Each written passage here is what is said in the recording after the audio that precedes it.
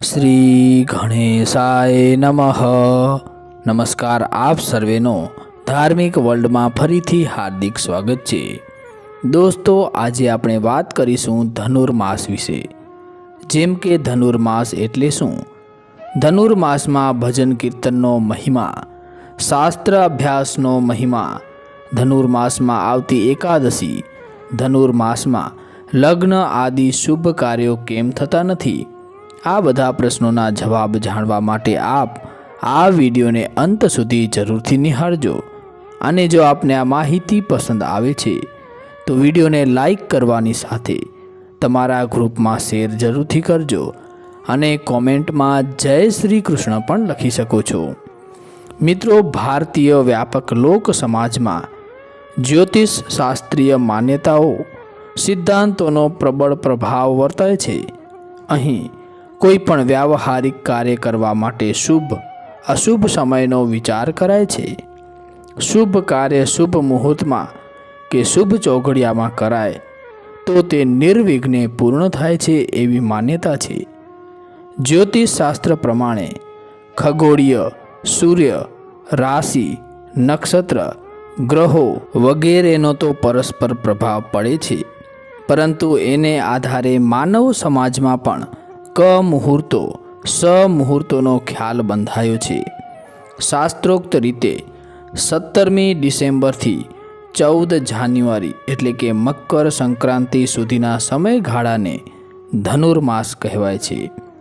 આ માસમાં ધાર્મિક કાર્યો કરાય છે, પણ વિવાહ આદિ માંગલિક કાર્યો વર્જ્ય ગણાયા છે. કેટલાકનો એવો પણ મત છે કે સમય તો સરખો જ હોય છે, આ શુભ સમય અને આ અશુભ સમય, એવું શા માટે વિચારવું? આવી માન્યતાઓને કારણે NRI તો ગમે તે સમયે ભારતમાં આવીને લગ્ન આદિ કાર્યો કરે છે. સૂર્ય ધન રાશિમાં પ્રવેશે ત્યારે ધનુર્માસનો આરંભ થાય છે. ધન રાશિનું પ્રતીક ચિહ્ન ધનુષ બાણ સાથેના અશ્વનું છે. દોસ્તો, ધનુર્માસ એક ખગોળીય ઘટના છે. સૂર્ય, રાશિ અને ગ્રહોની સ્થિતિને આધારે ખગોળશાસ્ત્ર અને જ્યોતિષશાસ્ત્રની રચના થઈ છે. સૂર્ય અમુક રાશિમાં પ્રવેશે અને એનો અમુક ગ્રહો સાથે સંબંધ જોડાય ત્યારે એને આધારે તિથિ, વાર, માસ વગેરેનું નામાભિધાન થાય છે. આ સંદર્ભમાં આપણે ધનુર્માસનું સર્વાંગી વિશ્લેષણ કરીએ તો ધનુર્માસ એટલે શું? ધનુર્માસનો સંબંધ સૂર્યનારાયણ કઈ રાશિમાં પ્રવેશે છે એની સાથે છે. કુલ 12 રાશિઓ છે: મેષ, વૃષભ, મિથુન, કર્ક, સિંહ, કન્યા, તુલા, વૃશ્ચિક, ધન, મકર, કુંભ અને મીન. સૂર્ય દરેક રાશિમાં 1 મહિના સુધી રહે છે. એ રીતે 12 રાશિના 12 મહિના થાય. પ્રત્યેક વર્ષે 17મી ડિસેમ્બરથી 14 જાન્યુઆરી સુધી એટલે કે આ 1 માસના સમયગાળા દરમિયાન સૂર્ય ધન રાશિમાં રહે છે.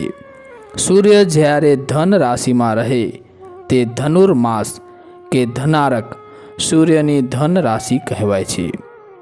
ધનુર્માસમાં ભજન કીર્તનના મહિમા વિશે વાત કરીએ તો ધનુર્માસમાં કમૂરતા બેસતા હોવાથી પુત્ર પુત્રીના વિવાહ, સોળ સંસ્કાર, ગૃહ પ્રવેશ જેવા શુભ માંગલિક વ્યાવહારિક કાર્યો કરવાનો નિષેધ ગણાય છે. તેથી આવા કાર્યોનો ત્યાગ કરીને કેવળ સુમુહૂર્તયુક્ત ભગવદ્ ભજન, સત્સંગ, કથા વાર્તાનું શ્રવણ ઇત્યાદિ આધ્યાત્મિક કાર્યો થાય છે. ભગવદ્ ભક્તિમાં તલ્લીન બનવાનો આ માસ છે. ઉપનિષદ પણ ધનુર્માસના ધનુષ શબ્દનું અર્થઘટન કરીને આ માસનો મહિમા સમજાવે છે. પ્રણવો ધનુ શારો હ્યાત્મા બ્રહ્મ તલક્ષ્ય મુચ્યતે અપ્રમતેન વૈધવ્યમ સરોવત તન્મયો ભવેત. આ મુંડકોપનિષદનો શ્લોક છે, જેનો અર્થ થાય છે પ્રણવ ઓમકાર સ્વરૂપ ભગવન નામ ધ્યાન ધનુષ છે. આત્મા બાણ છે.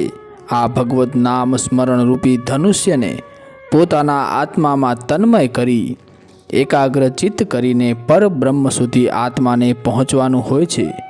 આનાથી ભગવદ્ ભક્તિ ફળદાયી બને છે। આ માસમાં વિષ્ણુ સહસ્ત્રનામ સ્તોત્રનો તેમજ ઓમ નમો ભગવતે વાસુદેવાય આ મંત્રનો પાઠ કરાય છે। જે જાતકની કુંડળીમાં સૂર્ય નબળો હોય તેણે સૂર્ય પૂજા કરવી એવું જ્યોતિષ શાસ્ત્રીય વિધાન છે। ભાગવત પુરાણ પ્રમાણે આ માસને ગોપ માસ પણ કહે છે। આ માસમાં ગોપીઓએ કાત્યાયની વ્રત કરીને પ્રભુ કૃપા પ્રાપ્ત કરેલી। મહાભારતના ભીષ્મ પિતામહે પોતાનું મૃત્યુ ધનુર્માસ પૂર્ણ થાય ત્યાં સુધી રોકી રાખ્યું હતું। શાસ્ત્ર અભ્યાસના મહિમા વિશે વાત કરીએ તો જનશ્રુતિ એવી પણ છે કે મનુષ્ય લીલાનું અનુકરણ કરતા પરમાત્મા શ્રી કૃષ્ણએ બાલ્યાવસ્થામાં ધનુર્માસમાં ગુરુ સાંદીપની ઋષિના આશ્રમમાં જઈને ધનુર્વેદ વગેરે 64 કલાઓ માત્ર 64 દિવસમાં ભણી લીધી હતી। આ રીતે આ માસમાં ભગવાન શ્રી કૃષ્ણે વિદ્યાઓનો અભ્યાસ કર્યો હોવાથી આજે પણ વૈષ્ણવ મંદિરો વગેરેમાં સવારમાં વહેલા થાળ ધરીને ભગવાનને ભણવા મોકલવાની ભાવના વ્યક્ત કરાય છે। મંદિરોમાં ભગવાન પાસે ધાર્મિક ગ્રંથો તેમજ પેન કલમ વગેરે રાખીને વિદ્યા અભ્યાસના ફળ રૂપે પાટી વગેરેમાં સૂત્રાત્મક ઉપદેશના વચનો લખવામાં આવે છે। હવે વાત કરીએ ધનુર્માસમાં લગ્ન આદિ શુભ કાર્યો કેમ થતા નથી તેના વિશે। તો જ્યોતિષ શાસ્ત્રના મતે પૂર્વ દિશા સૂર્યની છે અને પશ્ચિમ દિશા વિરોધી એવા શનિની છે। ધન રાશિ પશ્ચિમ દિશામાં આવેલી છે અને ત્યાં સૂર્ય શનિના અક્ષમાં રહે છે। શનિના કારણે સૂર્યના કિરણો અતિ વક્ર પડતા હોવાથી એનું તેજ ઝંખવાય છે। આવી વક્રતાની સ્થિતિમાં લગ્ન આદિ માંગલિક કાર્યો થઈ શકતા નથી। બીજી પણ એવી માન્યતા છે કે હિન્દુ ધર્મની માન્યતા પ્રમાણે મહાભારતનું અતિ ભયાનક યુદ્ધ ધનુર્માસમાં થયું હતું। એમાં હજારો માણસોનો સંહાર થયો હતો। તેથી ધનુર્માસ અમાંગલિક મનાયો છે। આવી સ્થિતિમાં માંગલિક કાર્યો વર્જ્ય ગણાય છે। દોસ્તો, ધનુર્માસમાં ભગવદ્ ભક્તિનો મહિમા કરાયો છે। ભગવદ્ ભક્તિ, પૂજન, સ્મરણ, ધાર્મિક કથાઓનું શ્રવણ વગેરે આધ્યાત્મિક કાર્યો કરવામાં ચિત્ત પરોવાય તો આવા ધાર્મિક કાર્યોનું ફળ મળી શકે। જો લગ્નાદિ વ્યવહારિક કાર્યો કરાય તો એની પડોજણમાં ધાર્મિક કાર્યો ભૂલી જવાય અથવા એવા ધાર્મિક કાર્યો કરવાને પર્યાપ્ત સમય ન મળે। ધનુર્માસમાં ગુરુ, શુક્ર અને શનિ જેવા ગ્રહોનો સૂર્ય પર પ્રભાવ પડે છે। જ્યારે સૂર્ય ધન કે મીન રાશિમાં હોય ત્યારે મંગળ કાર્યો થઈ શકતા નથી। ધન અને મીન બંને દેવગુરુ બૃહસ્પતિની રાશિઓ છે। આ બંને રાશિમાં સૂર્ય જઈને નબળો પડે છે, ઝાંખો પડી જાય છે। તેથી માંગલિક કાર્યો કરાય નહીં એવી જ્યોતિષ શાસ્ત્રીય માન્યતા છે। ધનારક કમૂરતા અને મીનારક કમૂરતામાં લગ્ન આદિ વિધિઓ કરી શકાય નહીં। એવી માન્યતા છે કે ધનુર્માસમાં લગ્ન કરવામાં આવે તો પતિ પત્નીનો સંબંધ નબળો પડી જાય છે, દાંપત્ય જીવન જોખમાય છે।